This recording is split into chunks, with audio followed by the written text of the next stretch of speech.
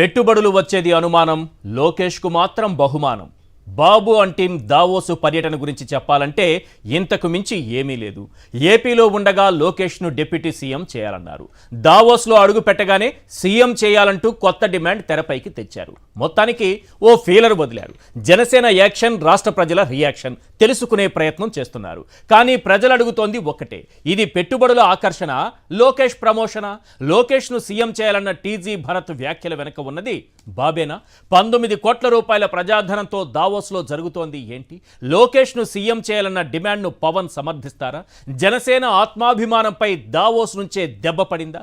ఇలాంటి ప్రశ్నలకు సమాధానం రావాలి. సోషల్ మీడియా వేదికగా బూతులతో రెచ్చిపోతున్న లోకేష్, పవన్ కళ్యాణ్ అభిమానుల దూకుడు ఆగాలి. ఎందుకో తెలుసా? ఇదంతా ఓ పద్ధతి ప్రకారం జరుగుతోంది, ఓ ప్లాన్ ప్రకారమే నడుస్తోంది. ఇవేవి తెలియని వారే వీధికెక్కి రచ్చరచ్చ చేస్తున్నారు. అసలు లోకేష్ను సీఎం చేయాలా వద్దా అనేది చంద్రబాబు నాయుడు గారి విచక్షణాధికారం, లేదా కుటుంబ సభ్యుల ఒత్తిడి కూడా కావచ్చు. కానీ లోకేష్ను డిప్యూటీ సీఎంను చేసిన జన సైనికుల ఆత్మాభిమానం ఖచ్చితంగా దెబ్బతింటుంది. ఇటు టీడీపీ అభిమానులైనా, అటు జనసేన అభిమానులైనా కోరుకుంటోంది రాష్ట్రానికి పెట్టుబడులు కాదు, తమ నాయకులకు పదవులు మాత్రమే. ఈ ఎపిసోడ్లో జనసేన డిమాండ్ ఏంటంటే, లోకేష్ను డిప్యూటీ సీఎంను చేస్తే పవన్ కళ్యాణ్ను సీఎంను చేయాలి.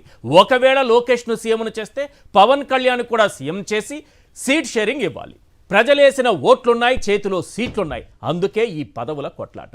అయ్యా చంద్రబాబు గారు, అయ్యా లోకేష్ గారు, అయ్యా పవన్ కళ్యాణ్ గారు, అధికారం మీ చేతిలో ఉంది.